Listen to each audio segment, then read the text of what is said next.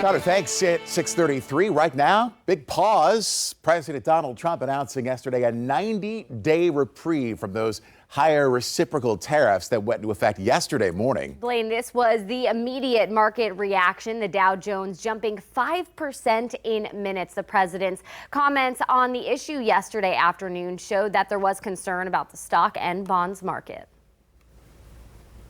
Well, I thought that people were jumping a little bit out of line. They were getting yippy, you know. They were getting a little bit yippy, a little bit reverse course. I was watching the bond market. The bond market is very tricky. I was watching it, but if you look at it now, it's beautiful.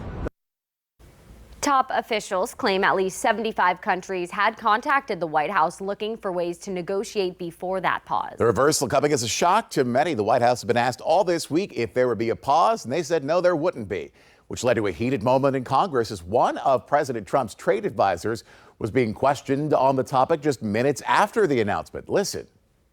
I understand it's 90 days. I haven't spoken to the president since I've been in this So the trade hearing. representative hasn't spoken to the president of the United States about a global reordering of trade. Yes, I have. I've And just yet been in the hearing with you, sir. But yet he announced it on a tweet. WTF? Who's in charge?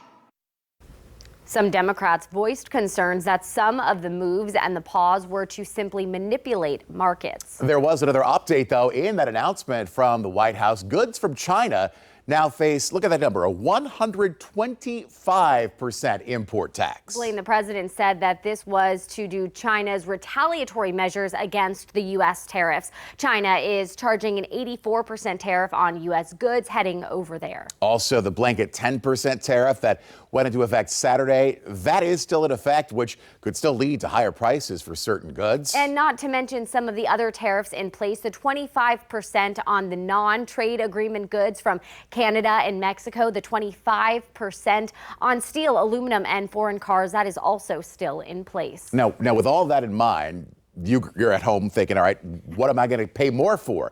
Well, experts say expect to see prices rise for seafood, coffee, fruit, cheese, chocolate in the coming days. Also, anything that has plastic or aluminum packaging could rise. Experts say a good rule of thumb, the longer the shelf life of something, the longer it'll take for those tariffs to impact prices. Price hikes will also depend on the company. So bigger brand names might have more flexibility than a smaller local or regional brand. I know this is a lot to consider, a lot of numbers, a lot of big conversation happening. So, of course, we are going to keep following the tariffs, watching the latest announcements from the president and the White House, and talking with experts about how this will impact you and all of us. You can find our continuing coverage on WTKR.com and the News 3 app.